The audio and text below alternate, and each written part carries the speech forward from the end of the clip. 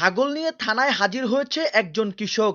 2 লক্ষ টাকার ক্ষতিপূরণ চেয়ে দিয়েছে ছাগল সহ তার মালিকের বিরুদ্ধে থানায় অভিযোগ। এমন ঘটনায় তোলপাড় হয়েছে নেট দুনিয়া। আসল ঘটনাটি পটুয়াখালীর কলাপাড়ায়। প্রতিবেশীর গবাদি পশুর যন্ত্রণায় অতিষ্ঠ হয়ে একটি ছাগল নিয়ে থানায় হাজির হয়েছে একজন কৃষক। রবিবার দুপুর 2:30টার দিকে টিয়াখালী গ্রামের কৃষক আলাউদ্দিন হাওলাদার মোটরসাইকেলে করে একটি ছাগল কোলে নিয়ে কলাপাড়া থানায় হাজির হন। তিনি প্রতিবেশী রফিক হাওলাদারের বিরুদ্ধে লিখিত অভিযোগ দায়ের করেন।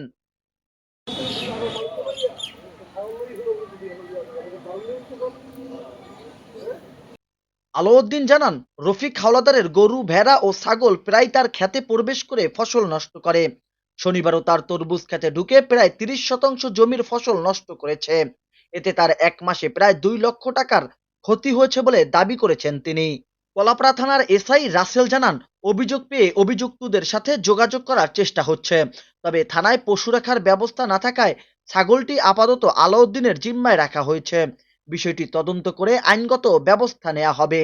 তবে ছাগল নিয়ে থানায় আসাকে এবং অভিযোগ দেয়াকে নেটিজেনরা অনেকে অনেকভাবে দেখছে।